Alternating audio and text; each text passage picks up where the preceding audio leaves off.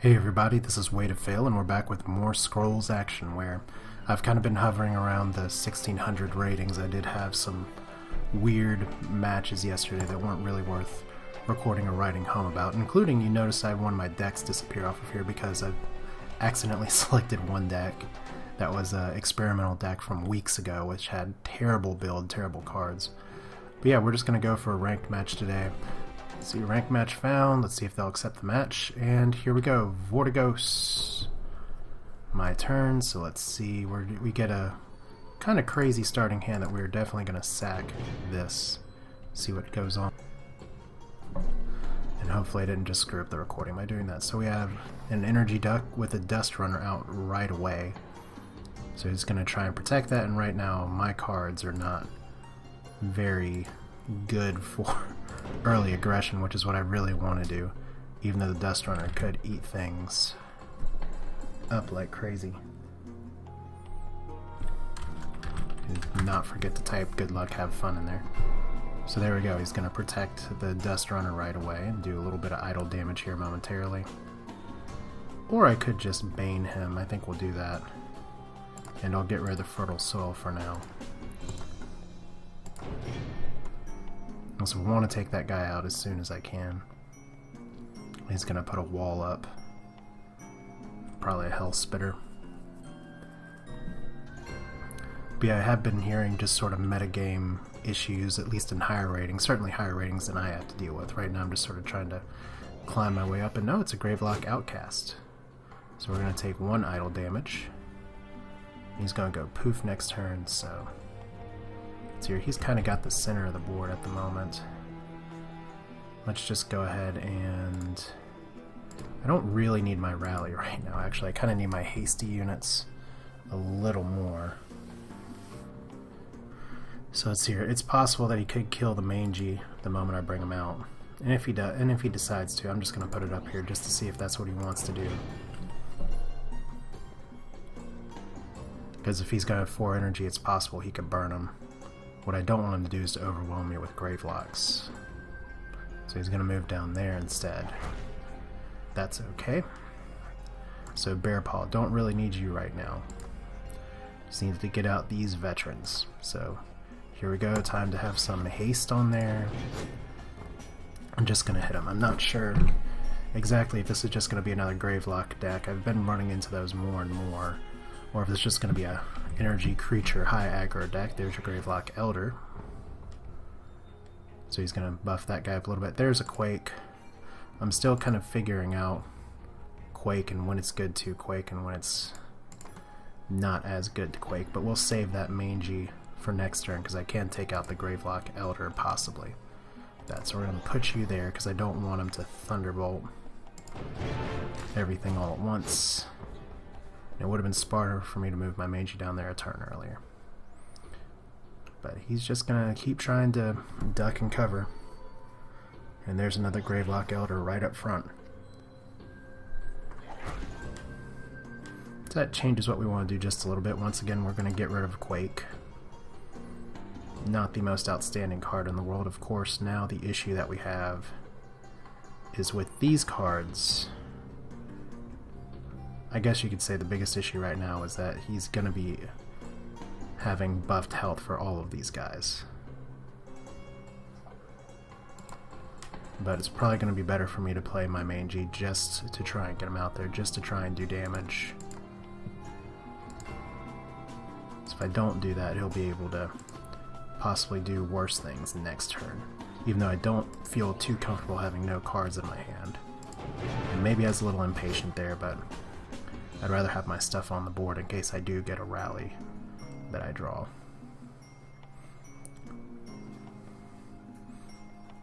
But these guys are very packed, so he could Thunder Surge and do some damage. Don't always like that.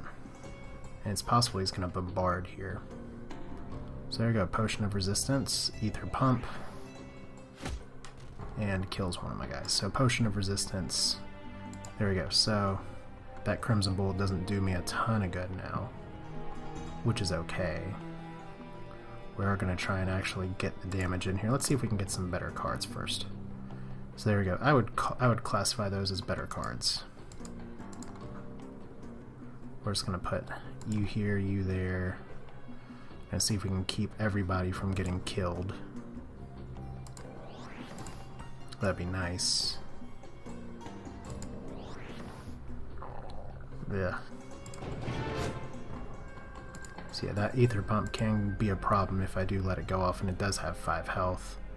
But my bigger priority is taking care of these elders. I don't want to ignore that possibility. But once that guy dies from poison, assuming he does, this Kinfolk Brave should actually be able to drop that guy to 1 health, and then he'll lose his health buff, and that'll be less good on him. Right now I'm very low on cards. I did have to get rid of some fertile soils earlier. So he's thinking about something. He could, once again, lightning the crap out of all this.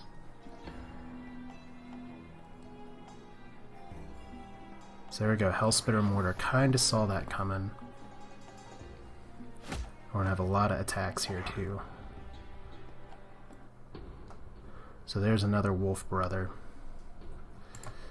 You're good, but I kinda need some other stuff right now. Mangy Wolf's gonna be very helpful in a little bit. So what we're gonna do, I don't like packing these guys this tightly.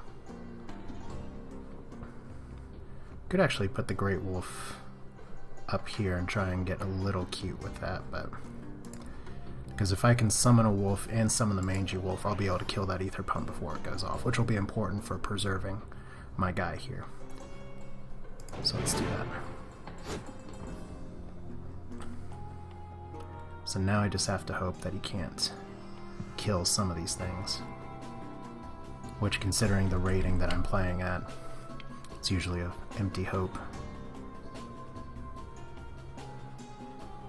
Said he could Thunder Surge and take out some stuff.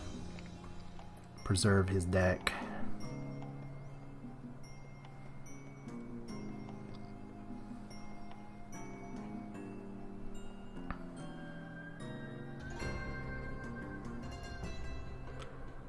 But unless he does something to totally wreck me, it's likely going to be a mangy play. So there we go. Burns the Kinfolk, and he gets a draw out of that.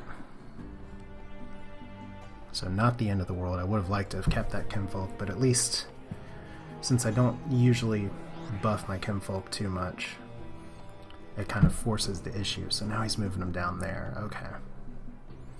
I can see what he's trying to do. And that's still not going to work out too well for him, because I get another Kinfolk Brave. I could play that. At this stage, it's probably better for me to sack for cards, though. So that's why we sack for cards, because I can get another draw with the Sister of the Fox. I could save that championship ring for next turn. But let's go ahead and do what we need to do first. Just go ahead and put you... Let's see here. This guy's probably going to die. So we'll put you back here. And then we will go ahead and summon the wolf. Just trying to think through very carefully what I'm doing here. We'll put the sacrificial Sister of the Fox out here, just to draw. And that gives us an ancestral totem, which also helps us quite a bit. But I'm going to save that for next turn and go ahead and drop a mangy up here, just because I don't like everything being super packed like that. So there goes the ether pump. And there goes a few of his units. So now I've got a lot of stuff on the board. This is kind of the position I want to be in. Notice that I didn't really panic about his creatures, but I did get some good card draws with my creatures. And he's got 2 cards and I've got 2 cards. So let's see, how is he going to play this? Is he going to bombard? He's going to Hellspitter Mortar this guy, okay. And Ether Pump again, so he really wants to protect his Elder. Which is a good play. So we don't... Let's see here, I can do substantial damage. I can actually kill that Mortar up here, but I'd kind of rather kill this guy, to be honest. He's already gotten 1 Gravelock. I'm sure he has another one out there somewhere. So what we're going to do is move you up here. Move you over here. Put a vetter up here. I'm going to ditch the championship ring. Yeah, might as well. So there we go. Unleashing her power is going to be good for this guy if I can get him down there in time. So let's go ahead and... How do we want to do this? We want to drop that guy.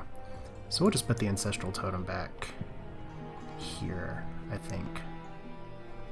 Or no, we'll put it up here away from where he's pumping a bunch of stuff out.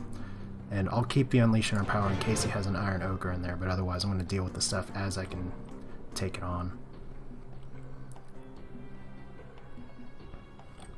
Said I'm a little worried with how connected my units are, but that's exactly what energy tries to do to deal with this kind of spam. And eventually it's just my board's going to get so crowded there's not a ton I can do. And he surrenders, so... Well, that's a win. Not even a GG. Well, you know what, let's go ahead and just leave match here, and let's just take a look real quick at my deck, because first off we got a few things going on. I am currently in a Reddit sort of Scrolls tournament thing that I'm going to be putting some episodes out on, but right now I just want to look at my deck, because right now I've been debating putting in a little bit of order. There is a lot of good plays with order, but right now I'm kind of sticking with Monogrowth. If there's some, but I'm still debating a little bit about some cards that maybe I should keep, or maybe some cards that I should ditch. Like Ancestral Totem is good, it helps apply a lot of pressure, especially when I get things on the board. But would it be better if I got, say, another Ragged Wolf in there? The Fertile Soils are good for card draw, but you have to sacrifice something, so it's not always useful. Do I really need 3 God Hands in my deck when I tend to maybe only use 1 or 2 and usually sack it? Same with Quakes. I mean, it's a good defense card, it's a good board clear, but you have to have something to follow it up. Meanwhile, I'm still debating the Championship Ring, Bear Paw. I like having buffs, but are they redundant with the Crimson Bull? I like that the Championship Ring's persistent, but because it doesn't add health, my Kinfolk, who's the unit I'm most likely to be using on, is still kind of squishy. On the other hand, Dryadic Power, while good and increases health and attack, it roots you, which would be nice if there are, I forget if it's an order enchant that'll let you move or an order spell that'll let you move. Well, actually there's order spell. There's all kinds of order spells. You can transport and switch people around and everything too. But I was able to out aggro that energy deck, and notice I was able to out aggro him without actually being able to use a rally or a God Hand or a Crimson Bull. So it's just a matter of being able to pump out and get more stuff than your opponent. And I think I just frustrated him to the point where he saw that he didn't have enough there. Maybe he was looking for a Thunder Surge, I don't know. But, you know what, that's how it goes. There's been plenty of games where I have been screwed. But you just play, keep going, and right now I'm approaching the top 1,000. I mean, I'm interested to see what the game looks like at 1,700 rating. But remember, this still is beta. There are plenty of changes. There's plenty of controversy right now. Not so much about the Dust Runner, although it is a pretty good card, but the Noah Deer, the new growth card, and some balance changes. You can look at scrollsguide.com. There's a really good discussion going on there. But for now, it's a little bit of metagaming at the end. Kind of disappointed my opponent surrendered, but now that they've taken away the surrender penalty, I mean, there's not a lot of disincentive to keep games short. But hope you all enjoyed it. That's it for Scrolls, at least for now. I'm going to be having some more matches coming up, hopefully with this tournament ladder league, that I'll give another post with a little bit more information about that. But this is Way to Fail. Hope you all enjoyed it, and I will see you all next time.